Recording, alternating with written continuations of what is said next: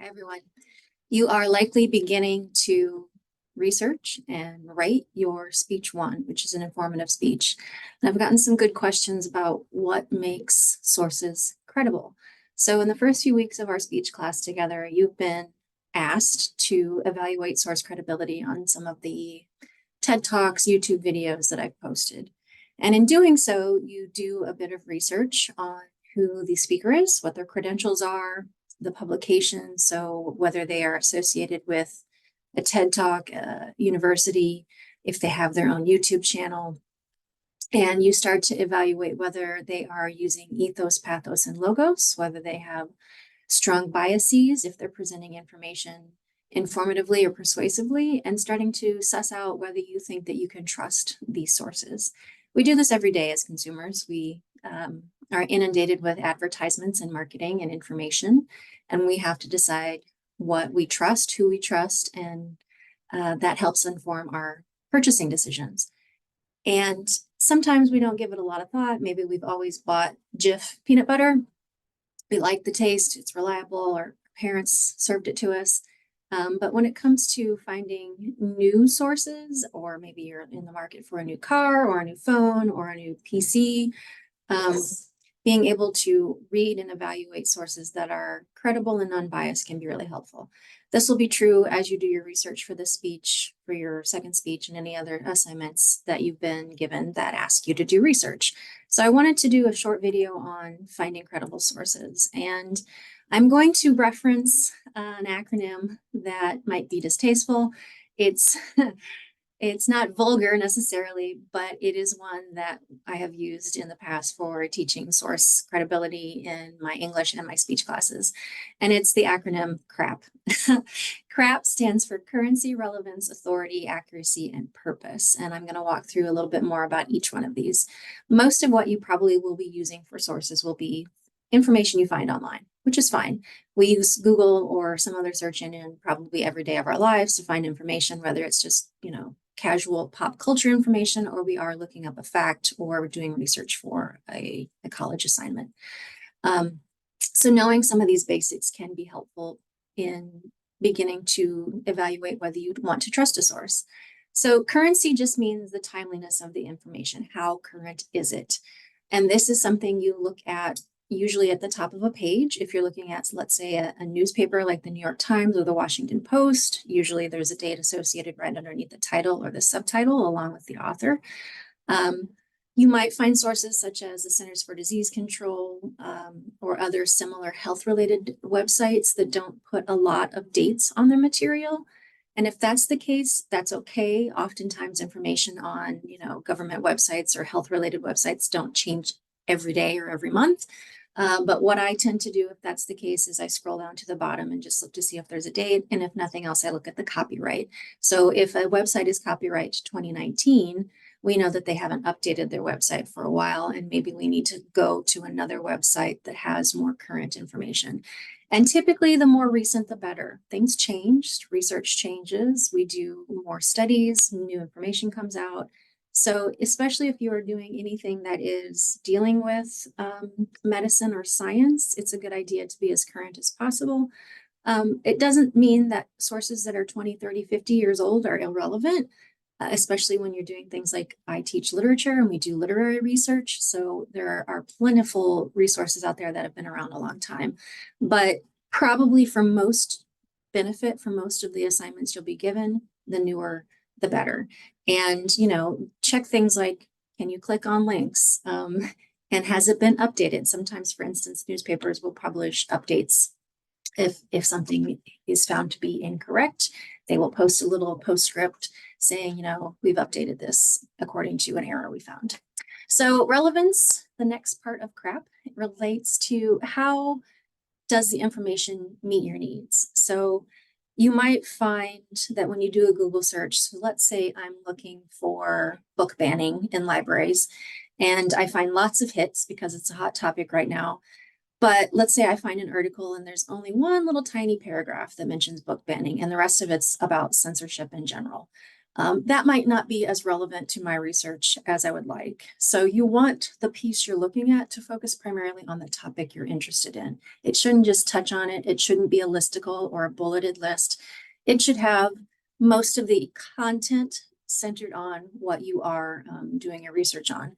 And, you know, it's always positive if the sources you're looking at have sources that they list too. It's not a requirement, but it's good when they have links that they can send you to or a list of sources at the bottom. That's helpful because then you can continue to do more research. And then don't just go with the first thing you find. Oftentimes, you know, Google is stacked. There will be ads or sponsored articles at the very top. So going beyond the first page, maybe going deeper into the search results can yield more varied, more interesting results for you. So how relevant is the piece to the topic you're doing your research on? A is for authority. So who has written the piece? And in doing this, oftentimes, especially in like newspapers or more common websites that we might land on daily, they will have journalists and authors who we don't know much about. Again, this is fine, but what you want to do in order to just determine if you trust the person doing the work is maybe put their name first and last with quotation marks around it in a Google search and see who they are. Do they have an education in the field they're talking about? Have they worked for the company for a while? What have been their other jobs? Do they have personal biases that you can see? Have they published on this topic in other articles or books? Again, you don't have to have a person who's an expert in the field to write an article about sports. You know, there are sports journalists who write about boxing, but maybe they mostly cover football. That doesn't mean they don't have the credentials to do so. But it's always good to know who the writer is and what their credentials are. And that can entail education and previous work history. The .com, edu, gov, org, net, etc. can be helpful in determining if you can trust a source, but it's not a foolproof plan. URLs are available for sale, and there are cases in history where bad actors have purchased like a .gov or a .org website and used it for bad intent. So often we can start by looking at edu or .gov, .org, but dig deeper just to make sure that what you're seeing is actually accurate. It's also good to, especially if you're looking at like a company's website or let's say Mayo Health website, go to the About Us, see if there are ways to contact them beyond just a chat box, if there's like a phone number, an email address, ways that you can actually get in touch with someone beyond looking at their information is also a good indication that it is trustworthy. The second A stands for accuracy. So is the information that I'm finding here something that I feel coincides with other information I found elsewhere? So can you verify it in other resources? So you might find a really great article, but it seems like I've never heard this before, or this seems questionable. And if I go do some more research and I check another website and they contradict this information, my suspicion should be raised. So again, do they cite their sources? Does it seem current? Does it seem true? Does it seem accurate? And is it biased? You typically want to avoid Wikipedia, wikis in general. You want to avoid opinion pieces. You want to avoid blogs, things that people just put out for their own entertainment. You know, we are living in a time of lots of people being influencers and content creators. And just because you have a big website following or a YouTube following or a TikTok following doesn't mean you're an expert in the area. It might just mean you're a really charismatic speaker and people enjoy watching you. So don't be fooled by large following or subscription numbers, because that doesn't mean that the person speaking is a credible source. And usually credible sources like to tell you where they get their information, and they will give you links or source lists to go find that information yourself. And the last one will be purpose. Why does the information exist? So when we talk about purpose in public speaking, we're talking about informative, persuasive, and special occasion. So informative is you are teaching somebody about a topic. You're not pushing an agenda or a point of view on them. You're not trying to get them to do or be something. You are just simply letting them know information that they might find helpful. Typically, we want information that is informative versus persuasive. when we get into our persuasive essays, speeches, it will be a little more leniency as far as finding sources that might have a strong point of view. But you don't want to find anything that's overly preachy, overly biased, overly like, if you don't do this, you're dumb. You want it to be pretty neutral, pretty objective. And you can check this out by just tone of voice, words that they use, how they address the reader, and whether it's littered with a lot of advertisements. Unfortunately, some of the websites that I've loved and used for a long time and have referenced for you, such as easybib.com, which is a citation builder, it has in the past few years just gotten so many pop-ups and annoying, autoplay ads. And that doesn't make it a bad website, but it makes it irritating to use. And there might be others that you would prefer to use instead.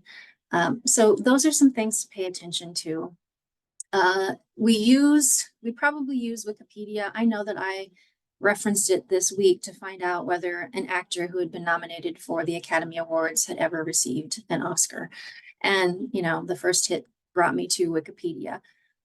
We use Wikipedia. Wikipedia is not a bad reference site, especially for kind of more trivial pop culture type of information.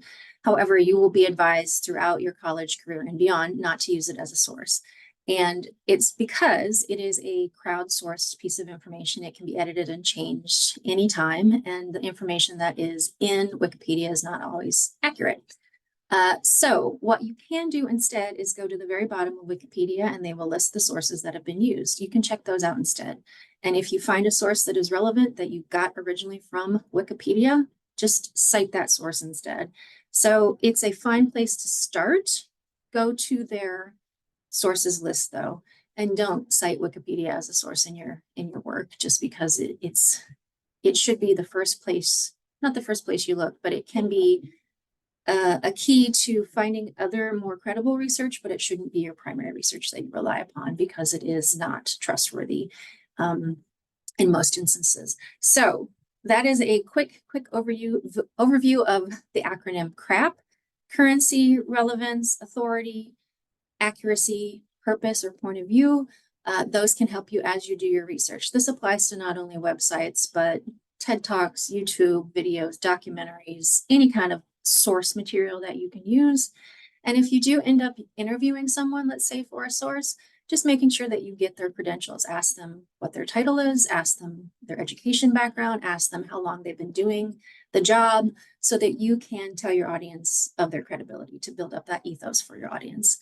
So hopefully that helped. There's lots of resources online about credible sources, and you probably heard many people tell you some of these things over the years, but wanted to offer a refresher if this is somewhat new or it's been a while since you've done some research. So hopefully that helped, and have a good rest of your week.